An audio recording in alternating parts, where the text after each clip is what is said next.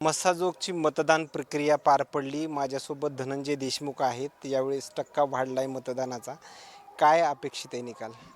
अपेक्षित निकाल असा आहे की विजय झाला पाहिजे संतोष अण्णांच्या विचाराचा. परंतु एक खंत होती आज दिवसभर की संतोष अण्णा या इलेक्शनमध्ये आमच्यासोबत नव्हते दुर्दैवानं. ज्या क्रूरकर्मी लोकांनी एक लोकप्रतिनिधी संपवला त्याची खंत दिवसभरात होती. आम्ही जो प्रामाणिक प्रयत्न आहे, आम्ही जे कमी दिवसातली आमची तयारी होती त्याची सगळी मांडणी आज खरं तर या निवडणुकीच्या प्रक्रियेमध्ये बघत होतो. अत्यंत शांततेत, संयमाने आणि मनमोकळ्या पद्धतीने ही निवडणूक प्रक्रिया पार पडली. पोलीस प्रशासनाला, पत्रकार बंधूंना अतिशय सहकार्य सगळ्यांचं लाभलेलं आहे आणि यापुढेही लाभेल. ही शांतता, हे सगळं गाव एकोप्यानं संतोष अण्णांच्या लढ्यामध्ये कायम राहील आणि हे निवडणूक हे एक लोकशाहीचा सण होता, उत्सव होता. तो आज साजरा केला लोकांनी आणि त्याच्यामध्ये ज्या उमेदवाराला कौल भेटेल त्याला गावचं काम करायचं आहे आणि ज्याला नाही भेटेल त्याला देखील कुठं काही बंधन नाही काम करायचं, त्या व्यक्तीला देखील काम करता येणार आहे.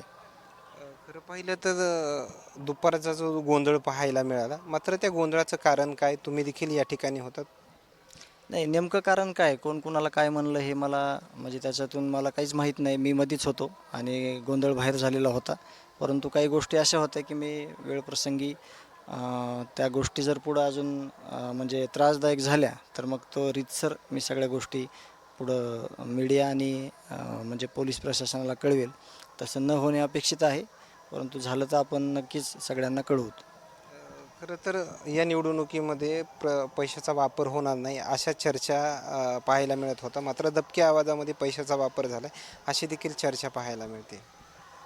नाही, आता तो प्रकार कसा आहे, कोणी केला, कशा पद्धतीनं केला, हे काय कुठं मांडलेलं नाही किंवा कुठं मीडियापुढं किंवा असं समोरासमोर नाही. परंतु बाहेरून गावची जे मतदान करणारी म्हणजे व्यक्ती आहेत त्यांना आणण्याचा खर्च आहे, राहण्याचा खर्च आहे आणि म्हणजे ट्रॅव्हलिंगच्या खर्चाव्यतिरिक्त बाकी दुसरा कुठला आवाढव्य खर्च झाला आहे याचा पुरावा असल्याशिवाय बोलण्यात काही अर्थ नाही. पुरावा असला तरच बोलण्यात अर्थ असतो. ते एक पद्धत आहे लोकशाहीला सामोरे जाण्याची. त्याच्यामुळं त्याच्यावर आपण काही बोलू शकत नाही.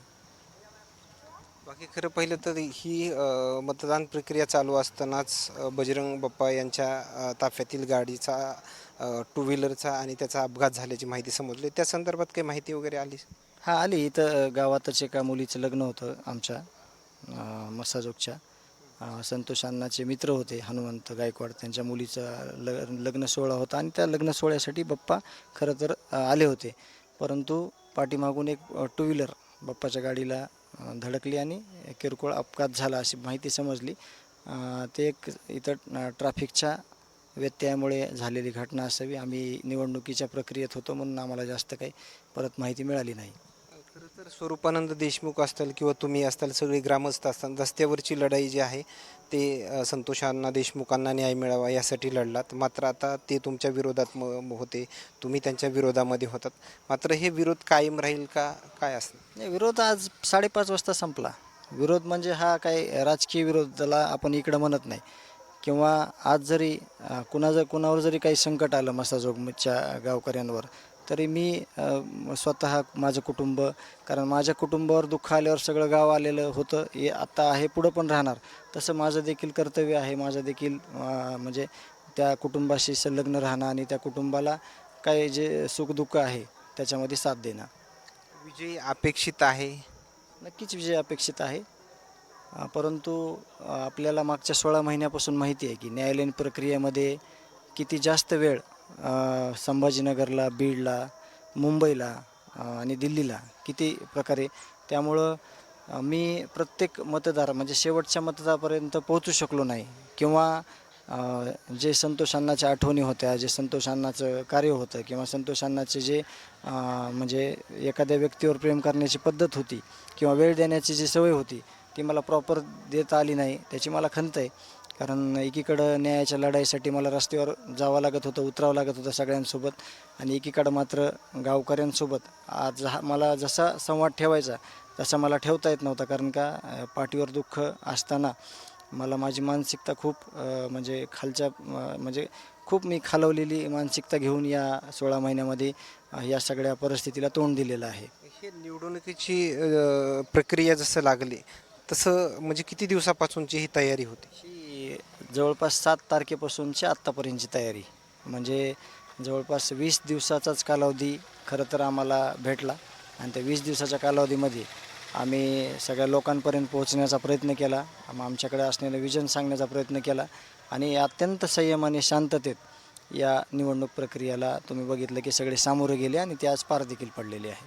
अंदाजे जर मतांची जुळव जर केली तर किती मतांनी विजय होऊ शकतोय असे काही सांगता येईल? आत्तापर्यंतचा इतिहास असा आहे 2011, 17, 22 की म्हणजे कोणालाच काही अंदाज लागलेला नाही, परंतु विजय संतोष अण्णांचा व्हायचा तसंच अपेक्षित आहे. फक्त एकाच गोष्टीची कमतरता आहे की जे माझे गावकरी आहेत, जे संतोष अण्णाचे लोक आहेत सगळे, त्यांना मला दुर्दैवानं माझा भाऊ गेल्यामुळं माझं कुटुंब उघड्यावर पडल्यामुळं मला त्यांना जास्त वेळ देता नाही आला. एवढाच एक मनात माझ्या खेद आहे. नाहीतर जे लोक आहेत ते माझे आहेत आणि मी लोकांचा आहे आणि तशीच व्याख्या आहे.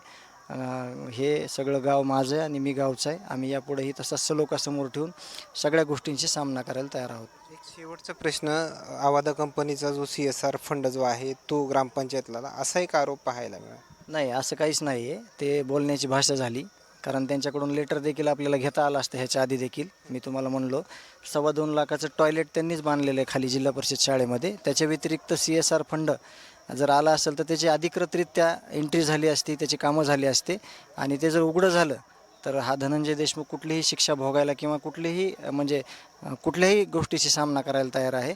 ते बोलण्याची भाषा होती. आरोप हा खोटा आहे. आरोप हा सिद्ध झाला तर खरा असतो. आरोप केला मी आता काही म्हणलो तर त्याला काही बूड शेंडा नसला तर त्याला काही अर्थ नाही. आणि लवकरच मी आवादा कंपनीला एक लेटर देखील द्यायला लावणार आहे की या गावामध्ये तुम्ही ज्या काही प्रक्रिया म्हणजे CSR फंडाच्या केल्या त्याविषयी मी एक त्यांना सविस्तर त्याची माहिती देखील मागवणार आहे. ती माहिती आल्यानंतर प्रसारमाध्यमांना ती माहिती माहीत होईल. ओके, धनंजय देशमुख होते. धन्यवाद. या आलेल्या प्रतिक्रिया मात्र काय सांगून जातात हे नक्कीच समजलं असेल.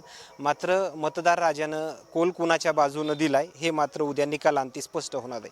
आणखीन काही नवीन अपडेट्स मिळतील का हेही पाहणं तेवढंच महत्त्वाचं ठरणार आहे. कॅमेरामॅन सोबत सूरज वडिया, बीड, मसाजो.